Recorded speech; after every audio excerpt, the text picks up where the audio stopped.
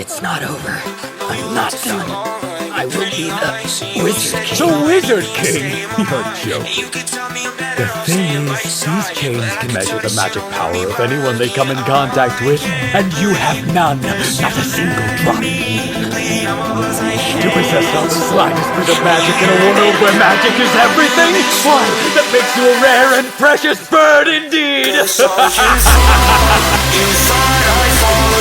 This world is no use for someone like you, a poor magicless fool. You might as well give it all up right now. You are born a loser, you worthless runt! Sure, I tell you, I'm somebody who was born without a single drop of magic power. And I'm still gonna be the Wizard King. I'll fight and bleed all I have to, but I will prove that I can do it! Commoner, rat, disgrace, failure. Do you think I care if I fit in with you people?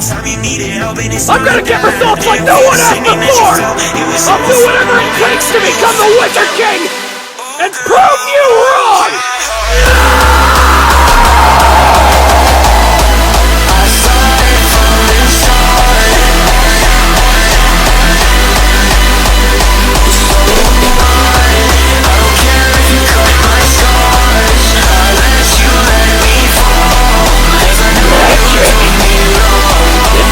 Giving up!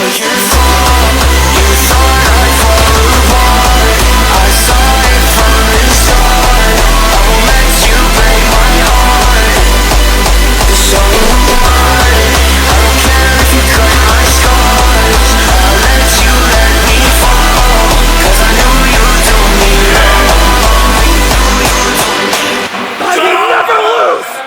Not to somebody like you!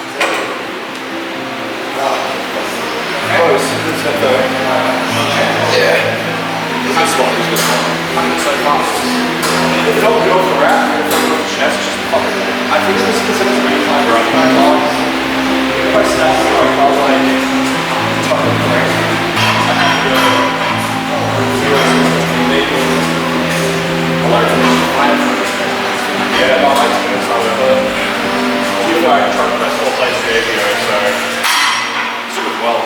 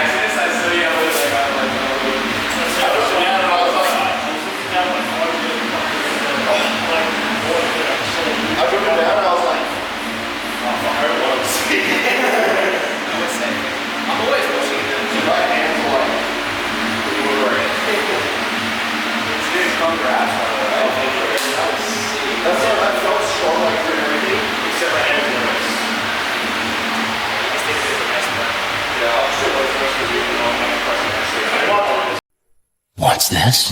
The commandment doesn't work on him? Of course it doesn't. Why should I bear any hatred towards someone who's obviously weaker than myself? All I feel is pity.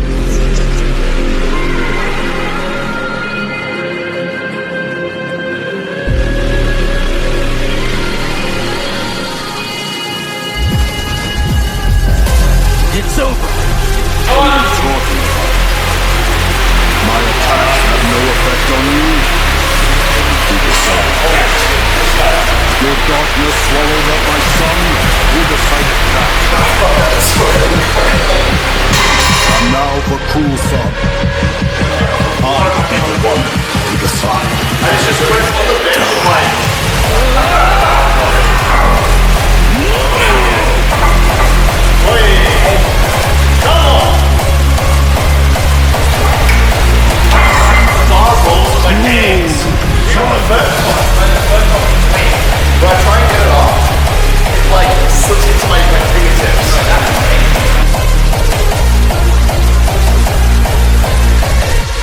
the manifestation of invincibility.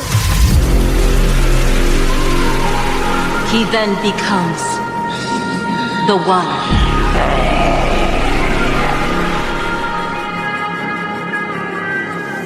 Even if my ability is what you would call a grace, then this particular one must have chosen me of its own accord. And I don't blame it, as I am the most powerful and exalted one of them all.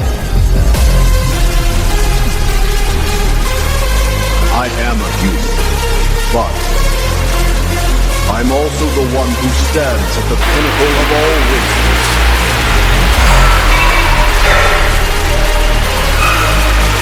Go!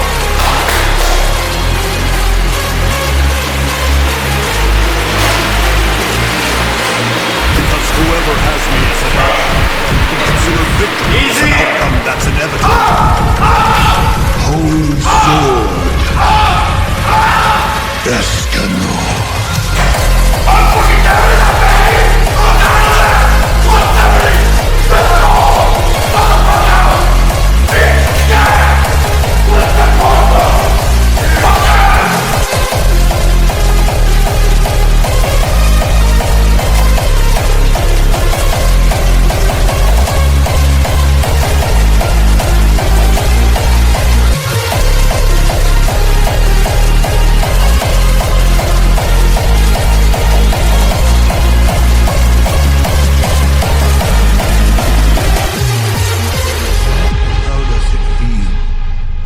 Down upon by a human. Okay.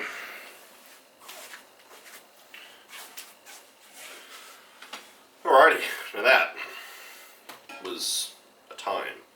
So that's it. Okay, that was 2 different sessions. One of them was last Thursday, one of them was Sunday, and now it's Monday night.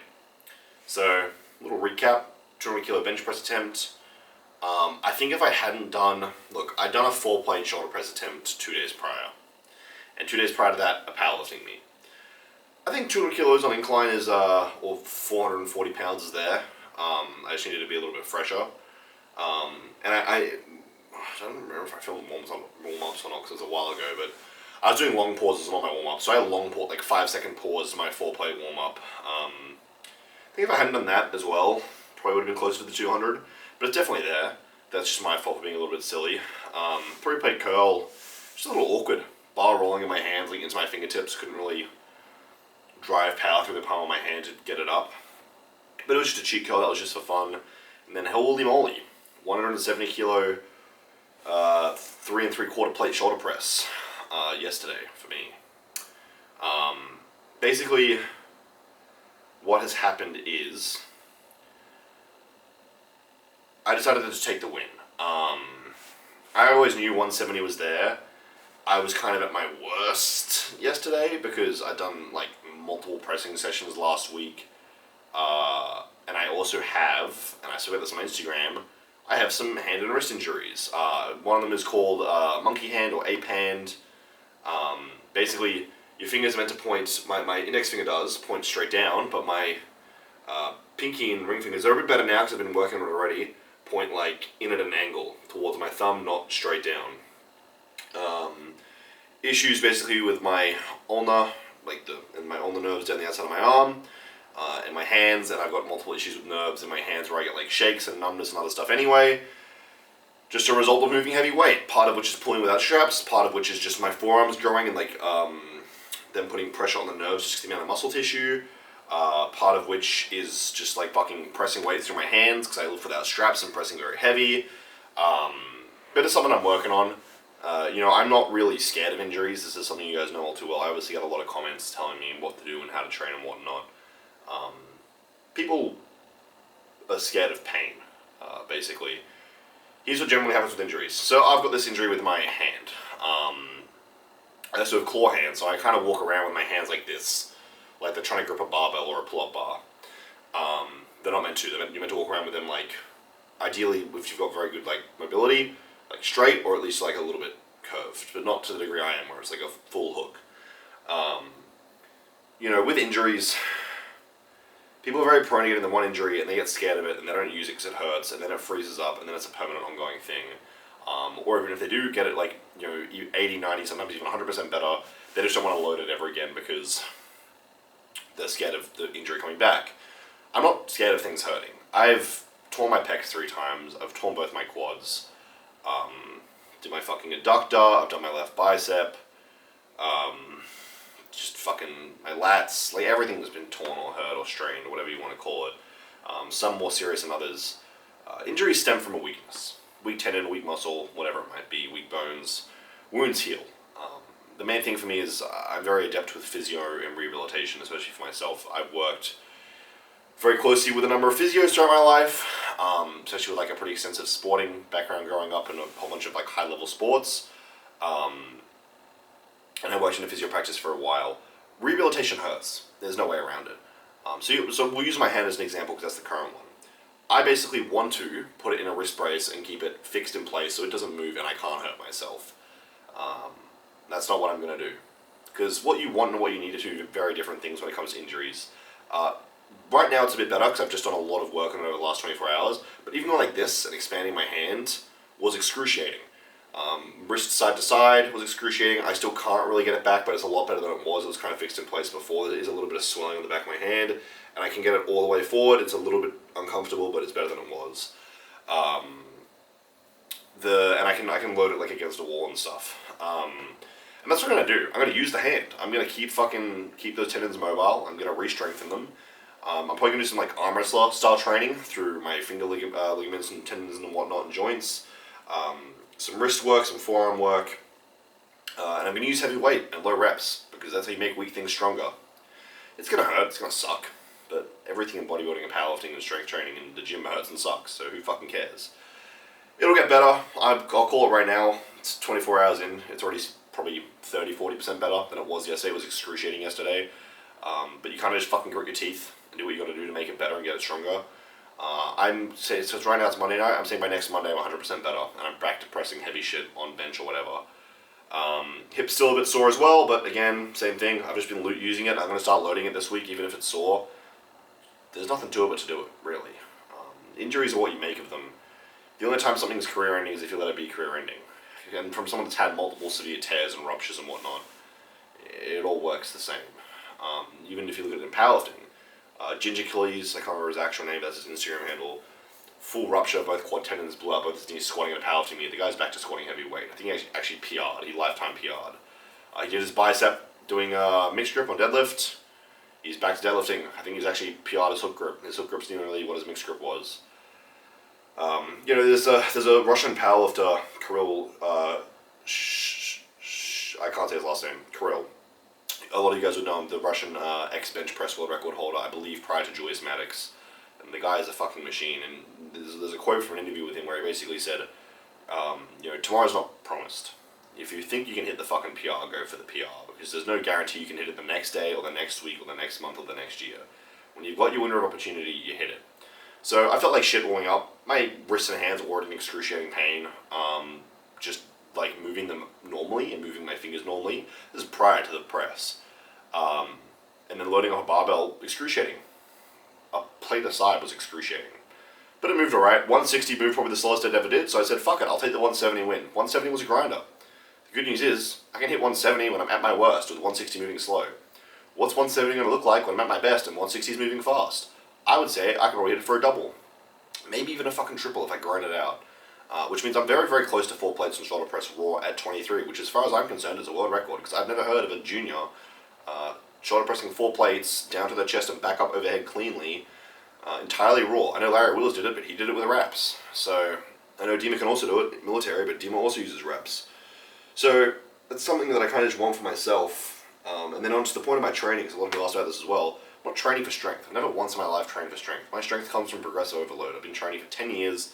10 years of very consistent progressive overload. I structure my sessions in the structure of a 1 to 3 rep heavy single to triple, and then I back off with like 5 to 8, and I maybe do a second accessory back off of 8+ reps, which might be something like a chain bench press or like a pause press, whatever, maybe even a fancy little like 2-plate AMRAP for like 40 reps, whatever I feel like, if I want the extra volume. That's just how I structure my sessions. Because in my mind, there is nothing more stimulating than a heavy fucking single. Do you know how many motor units you have to recruit? Because motor unit recruitment is a psychological thing. It's not a physiological process. It's entirely psychological. Do you know how many motor units you have to recruit when you go in knowing there's a weight you probably can't hit? Even if you fail a fucking weight. You are literally firing every motor unit and every muscle fiber, because it's also to do with muscle fiber recruitment, at maximum capacity. Some of you guys would know, you would have hit a heavy single at like RPE, true RPE 10, like another kilo on the bar or another 2 pounds on the bar, and you fail it. And you'd be like, holy shit, my chest feels stimulated, or my quads feel stimulated, or my back feels stimulated, whatever it might be. And it's also great for pre-fatiguing, because I fucking max out machines and gym pins at this point. It's just how it works. And I just like to train that way, man. I like moving heavy weight. It's what I fucking live for. You can tell by my reaction on shoulder press. There's genuinely nothing I enjoy more in life than feeling like I'm going to die under a barbell. That's when I feel the most alive. It's just something about it, man. Being that close to failure and pushing myself that hard, just the dopamine release is incomparable to anything else. It's the best feeling in the world. So I will be training like that through prep. Nothing will be changing. Maybe at like 4 weeks out, I'll take my foot off the gas a little, and it will be more like machine work. But I'll know if that's necessary. It just depends on my strength fall off as we get like depleted and everything. As of yesterday, I'm 26 weeks out from bodybuilding. I don't remember when powerlifting is, but the bodybuilding comp's a month earlier than I initially thought. So I'm not sure what's going to happen with powerlifting as a result of that, because it's going to be closer to show day than initially anticipated, and if I am too lean and conditioned, I'm not going to go do powerlifting. That is stupid. Unless I can comfortably break world records at like RPE 8. Not world records, national records, sorry, at RPE 8. But we'll just see how we go, take it year by year. I can sign up a week out from it if I need to, and I can fucking just not sign up at all if that's what I think the smart choice is. I'll see how I feel. But I think we'll wrap things up there. My camera is about to die and I don't want it cutting off. If you did enjoy, do subscribe. I kind of just fucked around last week. There wasn't really any, there was no method to the madness. I just did what I felt like, hence why I did pressing 3 times a week, which I've never done before.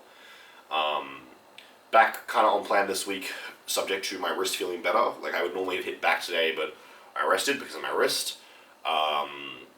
Probably try to hit a leg session in the next couple of days. Just worst case, just hit machines, or I'm again not likely, because even a squat and a deadlift is going to load my wrist and hands. Worst case, just hit a machine workout. See how that goes. But absolute work. I'm basically back on track this week, just working around the wrists and my hands. And then next week I should be entirely back on track and entirely healed. So if you guys enjoy, subscribe and leave a like. We are at like 4.6k. I think I'm putting up the post tonight for the Instagram giveaway. 50k is the first of 3. This one's the Emerald Labs one. So go check out the Instagram to participate in that if you want. Because I think we'll probably leave the post up for a week before I pick a winner. I should get this video out pretty soon. Do follow me on Instagram as well, because we've got 2 more giveaways coming up after the Emerald Labs one. Check out all my links below for the Emerald Labs if you're Aussie, HCLT supplements for anywhere else in the world. Hard body for lifting gear. I'm about to start using all the lifting gear, waiting for some of that to come. And Anabolic Apparel, who have their new drop coming out, I think in the next couple of days. So keep your eyes on Anabolic Apparel. It's very clean stuff. It's very high quality.